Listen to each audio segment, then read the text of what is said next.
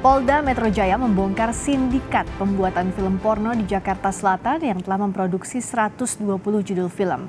Sebanyak 5 orang ditetapkan menjadi tersangka. Dapat 120 video dengan durasi berkisar antara 1 jam sampai dengan 1 jam 30 menit. Dan salah satu film ini sudah sempat dilakukan pemblokiran oleh Menkominfo. Terbongkarnya sindikat rumah produksi film porno di Jakarta Selatan berawal dari patroli siber Polda Metro Jaya. Polisi menemukan situs streaming berlangganan dan berbayar memuat konten pornografi yang diduga melibatkan selebritas dan selebgram. Situs video streaming berlangganan dan berbayar yang menyediakan beberapa konten video dengan durasi bervariasi antara 1 jam sampai 1,5 jam dan ini berbayar. Dan kemudian dilakukan penyelidikan lebih lanjut dan kemudian didapatkan fakta-fakta bahwa telah terjadi dugaan tindak pidana mendistribusikan, mentransmisikan dan membuat dapat diaksesnya informasi maupun dokumen elektronik yang bermuatan kesusilaan atau asusila. Polisi kemudian bergerak melakukan penangkapan terhadap 5 orang tersangka. Mereka antara lain sutradara, kameramen, editor, teknisi, audio, serta sekretaris rumah produksi yang juga menjadi pemeran film. Polisi pun akan memanggil dan memeriksa belasan orang yang menjadi pemeran, termasuk foto model dan selebgram. Setidaknya terdapat 12 pemeran dalam film ataupun adegan film dewasa dimaksud. Yaitu 12 pemeran wanita yang salah satunya tadi sudah kita lakukan upaya paksa penangkapan. Dan kepada 11 lainnya saat ini masih kita kembangkan penyelidikan dan penyidikan lebih lanjutnya. Dan kemudian ada 5 orang pemeran pria yang saat ini juga kita masih kembangkan untuk penyelidikan dan penyidikan lebih lanjut. Polisi menyita sejumlah barang bukti yaitu peralatan pembuatan film seperti kamera, komputer, lensa, dan peralatan audio. Polisi menyebut modus operandi pelaku adalah dengan mengelola 3 situs website yang berisi muatan pornografi yang dibuat rumah produksi. Untuk bisa mengakses film, maka dikenakan tarif berbayar juga berlangganan. Rumah produksi ini memulai pembuatan film porno sejak 2022. Menurut polisi, mereka telah meraup keuntungan sekitar 500 juta rupiah. Sebagian keuntungan yang menjadi aset telah disita polisi. Menteri Komunikasi dan Informasi Budi Ari Setiadi menegaskan akan segera memblokir 3 situs website dari rumah produksi yang dibongkar kepolisian. Oh ya pasti kita blokir. Pornografi kan merusak masyarakat ya. Sudah ada langkah konkretnya Pak? Nah ini kan situsnya lagi diidentifikasi. Nanti kita saya cek ya. Ini kan saya raker nih. Pasti saya dicek apa sudah diblokir yang tadi ditangkap ya. Yang Jakarta Selatan. Para pelaku dijerat pasal Undang-Undang Informasi dan Transaksi Elektronik dan juga Undang-Undang Pornografi. Tim Liputan Kompas TV. Polda Metro Jaya membongkar sindikat rumah produksi film porno di Jakarta Selatan. Bagaimana penanganan kepolisian atas kasus ini?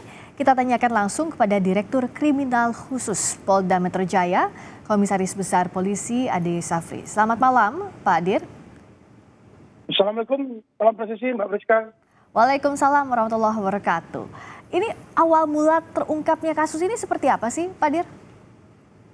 Jadi berawal dari kami mendapatkan informasi bahwasanya beredar di ruang udara, dalam hal ini di media sosial, terkait dengan adanya beberapa website yang kemudian menjadi tempat untuk ditransmisikannya, didistribusikannya, ataupun dapat diaksesnya informasi maupun dokumen elektronik yang bermuatan asusila maupun yang mengandung unsur-unsur pornografi.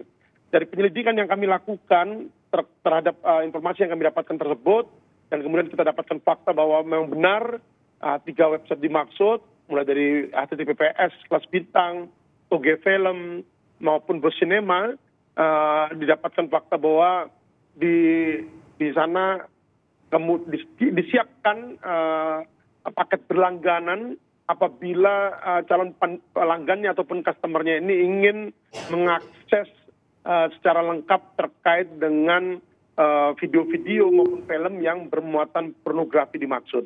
Seperti itu, Mbak. Modusnya sindikat ini seperti apa Pak Dir dari hasil temuannya? Betul ini profesional seperti rumah produksi atau production house begitu ya? Betul.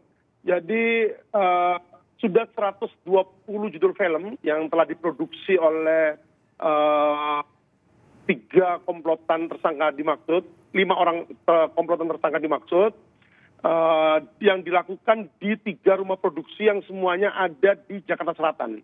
Jadi ini berangkat dari awalnya untuk tersangka ini memproduksi film-film yang bergenre horor maupun komedi, namun ketika dilepas ke pasaran kurang mendapatkan respon pasar yang baik.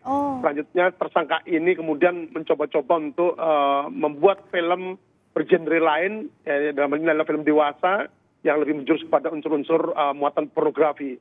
Dari situlah kemudian tersangka I dan komplotannya ini 4 orang lainnya kemudian mendapatkan keuntungan dari hasil penjualan film-film maupun video yang di-upload atau ditransmisikan ke 3 website miliknya, seperti itu, Pak.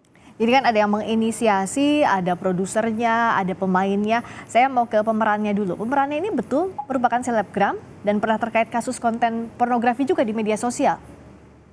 Ya, jadi dari penyelidikan dan penyidikan yang kita lakukan maupun pemeriksaan yang kita lakukan terhadap ke-5 orang tersangka yang sudah kita lakukan upaya paksa penangkapan, kami dapat mengidentifikasi ada pelibatan 12 orang talent wanita dan kemudian 5 orang talent pria.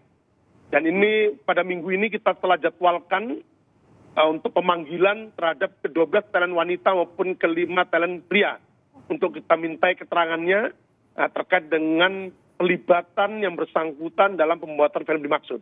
Jadi nanti akan kita kaitkan dengan undang-undang pornografi, terutama di pasal 8, di mana atas setiap orang yang atas persetujuannya yang bersangkutan kemudian dijadikan objek ataupun model yang bermuatan pornografi.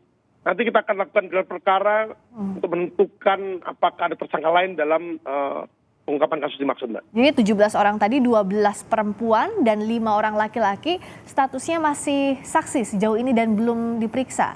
Begitu ya Pak Dir?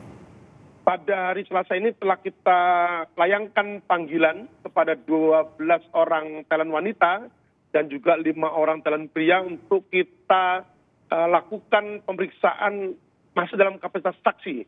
Nanti dari situ kemudian kita akan lakukan gelar perkara untuk memberikan kepastian hukum, khususnya terkait dengan penetapan tersangka. Seperti itu, Pak. Tahapannya kapan itu, Pak? Dari mulai pemeriksaan juga sampai ke gelar perkara, sudah ada target atau tenggatnya?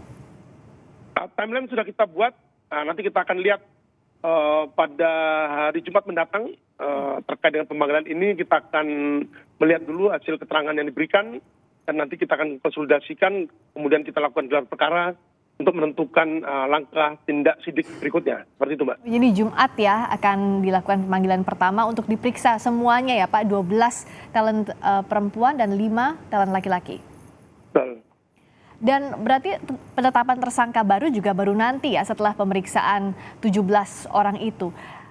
Bagaimana merunutnya begitu pengelola rumah produksi dan pemilik rumah produksi ini menggait pemerannya, juga krunya, karena bahkan ada produser, ada editor, bahkan ada sekretaris yang mengatur jalannya rumah produksi. Ya Pak Dir? Betul. Jadi untuk tersangka I, tersangka ini perannya selain dia adalah sebagai produser, juga sebagai admin maupun pengelola 3 website dimaksud, juga peran tersangka ini adalah sebagai sutradara.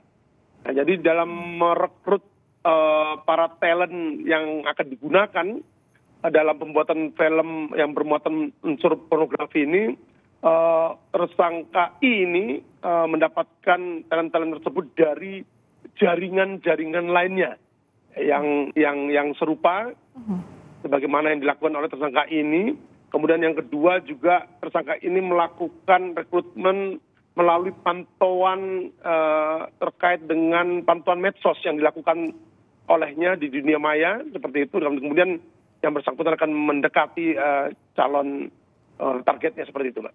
Kalau pasal yang dikenakan, Pak Dir, dengan peran-peran tadi yang disampaikan, apa sejauh ini yang disangkakan untuk pemilik yang merekrut maupun kru lainnya? Apakah terbatas Undang-Undang ITE dan Undang-Undang Pornografi atau lebih dari itu?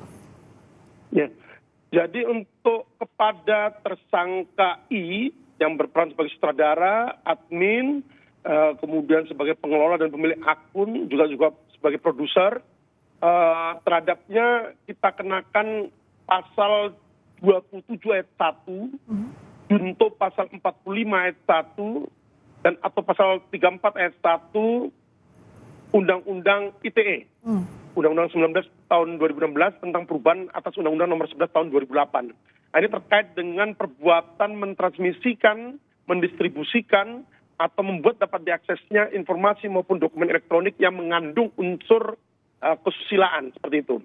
Selain itu, selain pasal-pasal dalam Undang-Undang ITE, juga kita kenakan Undang-Undang Pornografi, yaitu Undang-Undang nomor 44 tahun 2008, khususnya di pasal 4 ayat 1 terkait dengan barang siapa yang memproduksi, kemudian di pasal 7 terkait dengan barang siapa yang mendanai kegiatan dimaksud, kemudian pasal 9 Undang-Undang nomor 44 tahun 2008 terkait dengan setiap orang yang menjadikan orang lain sebagai objek atau model yang mengandung muatan pornografi. Dan ini diterapkan juga terhadap 3 tersangka lainnya, baik itu tersangka IAAS, tersangka AIS, maupun tersangka AT. Juga terhadap tersangka SE. Jadi untuk tersangka SE, selain sebagai sekretaris, juga SE ini merupakan salah satu talent dari ataupun pemain dalam pembuatan film dewasa ini. Oke, jadi sudah juga kita kenakan pasal 8, yaitu setiap orang yang dengan sengaja atas persetujuan dirinya menjadi objek atau model yang mengandung muatan pornografi. Seperti itu, Pak. Jadi satu pemainnya juga sudah dikenakan pasal Undang-Undang Pornografi dan ITE tadi. Pak, terakhir, untuk konten-konten yang sudah di-upload di media sosial atau di website tadi sudah berapa? Dari 120 itu apakah sudah di-upload semua dan sudah di-take down belum sekarang? Maupun websitenya apakah sudah diblokir juga? Ya, pasca pengungkapan kasus yang dilakukan oleh tim penyidik Subdit Cyber di Treskrimsus Polda Metro Jaya, kami telah melakukan yang pertama melakukan koordinasi dengan Kominfo untuk mengajukan permohonan blokir atas 3 website dimaksud. Mulai dari HTTPS Bintang, HTTPS Toge Film, maupun HTTPS Bos Cinema. Kemudian yang kedua, kami juga telah meminta untuk dilakukan blokir rekening terhadap 2 rekening bank milik tersangka yang diduga ada kaitannya atau menampung hasil kejahatan dari dugaan tindak pidana yang terjadi. Seperti itu, Mbak. Ya, dan langkah berikutnya nanti hari Jumat akan diperiksa 12 pemeran perempuan dan 5 pemeran laki-laki untuk dimintai keterangan statusnya apakah nanti setelah diperiksa akan jadi tersangka atau tidak. Kita tunggu perkembangannya. Terima kasih Pak Dir, Direktur Kriminal Khusus Polda Metro Jaya, Komisaris Besar Polisi Ade Safri. Selamat malam, Pak Dir. Assalamualaikum, salam presisi, Mbak Friska. Waalaikumsalam warahmatullahi wabarakatuh. Selamat malam.